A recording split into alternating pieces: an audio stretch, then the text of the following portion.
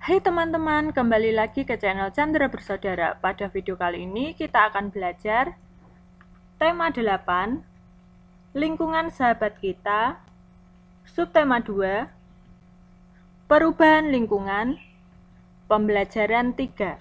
Apa yang akan kita pelajari? Ya, hari ini kita akan belajar mengenai yang pertama, peristiwa atau tindakan dalam bacaan, yang kedua, keragaman jenis-jenis usaha di Indonesia, dan yang terakhir, keunikan adat istiadat di Indonesia. Sebelumnya, jangan lupa subscribe ya, supaya tidak ketinggalan video selanjutnya.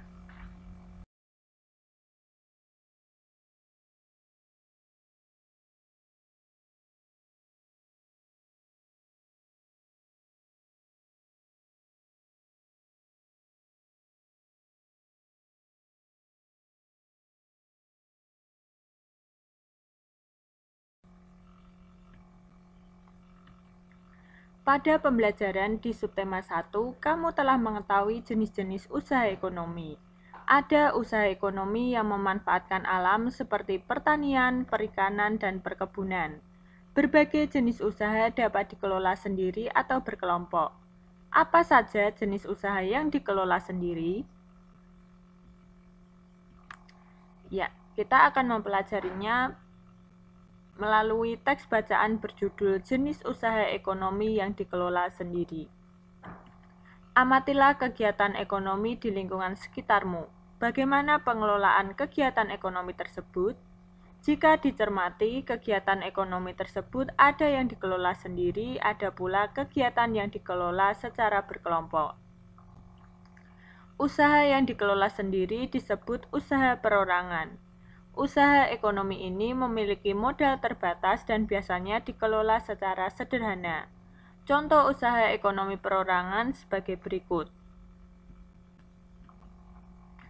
Yang pertama, usaha pertanian. Sebagian besar usaha pertanian dikelola secara perorangan. Usaha ini memiliki modal terbatas. Lahan yang digarap petani biasanya terbatas. Lahan persawahan dan tegalan. Namun ada juga usaha pertanian yang dilakukan secara besar-besaran.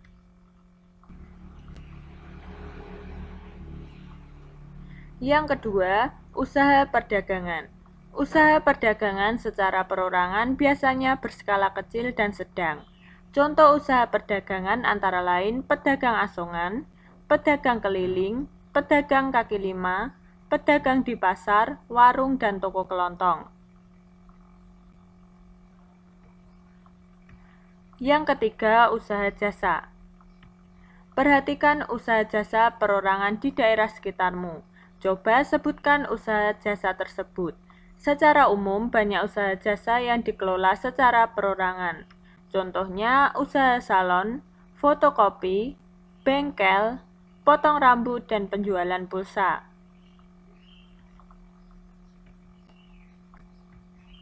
Yang keempat, industri kecil. Sektor industri yang dikelola perorangan merupakan industri rumahan. Contoh industri rumahan antara lain usaha kerajinan tangan berupa pembuatan keramik, souvenir, tembikar, anyaman, dan mebel.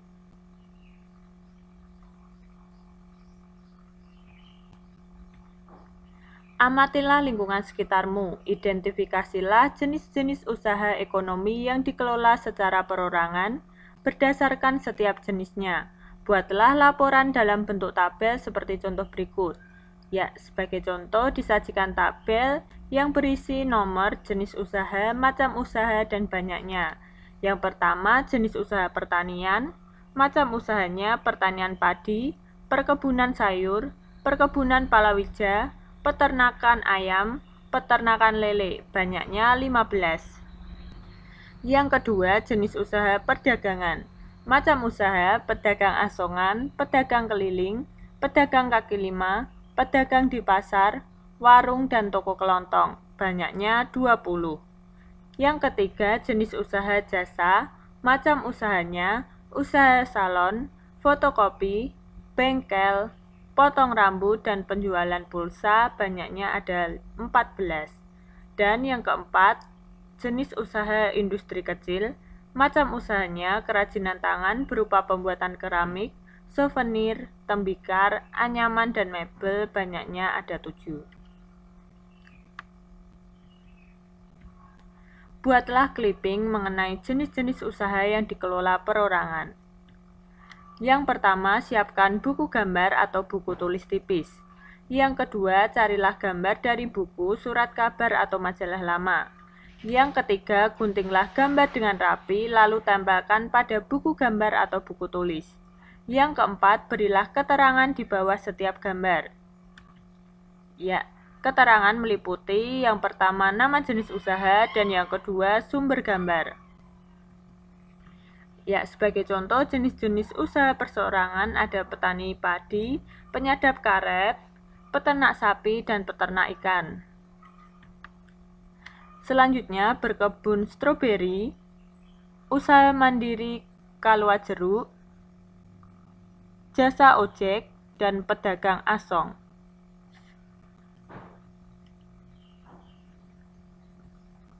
Usaha masyarakat banyak dipengaruhi oleh kondisi geografis tempat tinggalnya.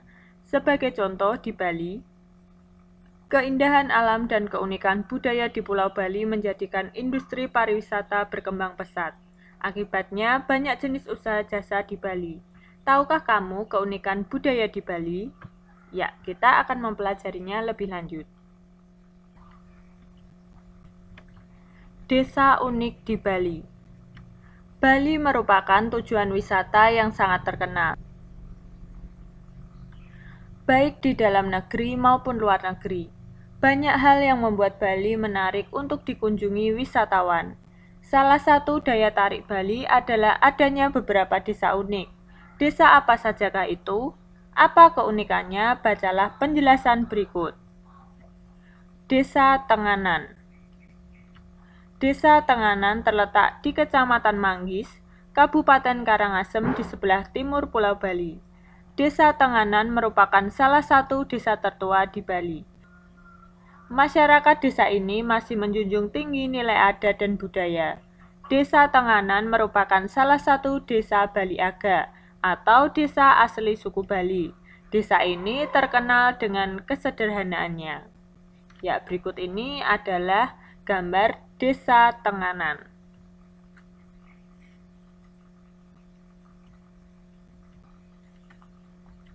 Selanjutnya, Desa Trunyan.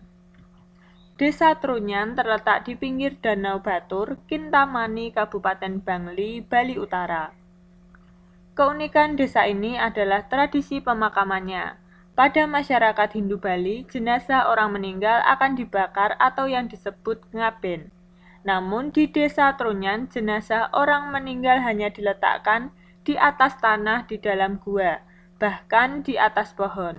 Tradisi ini mereka sebut dengan istilah mepasa. Ya, berikut ini adalah Desa Trunyan.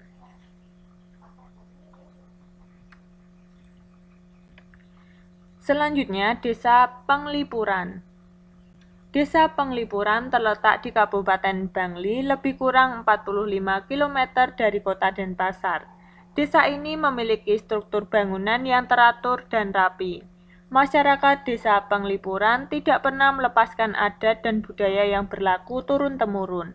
Oleh karena itu, masyarakat Desa Penglipuran banyak melakukan acara adat seperti pemasangan dan penurunan odalan serta perayaan galungan dan hari besar lainnya. Nah, berikut ini adalah gambar Desa Penglipuran.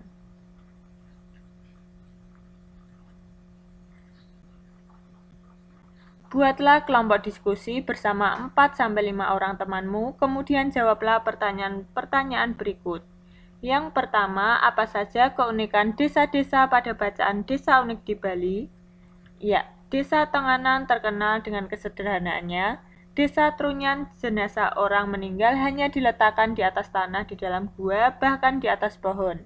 Masyarakat Desa Penglipuran banyak melakukan acara adat seperti pemasangan dan penurunan odalan serta perayaan galungan dan hari besar lainnya. Yang kedua, adakah keunikan dari daerah tempat tinggalmu? Apa sajakah itu? Ya, misalnya keunikan di daerahku Yogyakarta adalah disebut sebagai daerah istimewa. dikenal sebagai kota budaya di mana tradisi leluhur masih hidup dan subur berbaur harmoni dengan modernis, dan juga disebut kota pelajar sekaligus kota pariwisata. Yang ketiga, bagaimana sikapmu atas perbedaan budaya dan adat istiadat daerahmu dengan daerah lain? Ya, kita harus saling menghargai walaupun saling berbeda suku, budaya, adat istiadat, dan tidak saling menghina. Kemudian, apa yang telah aku pelajari hari ini?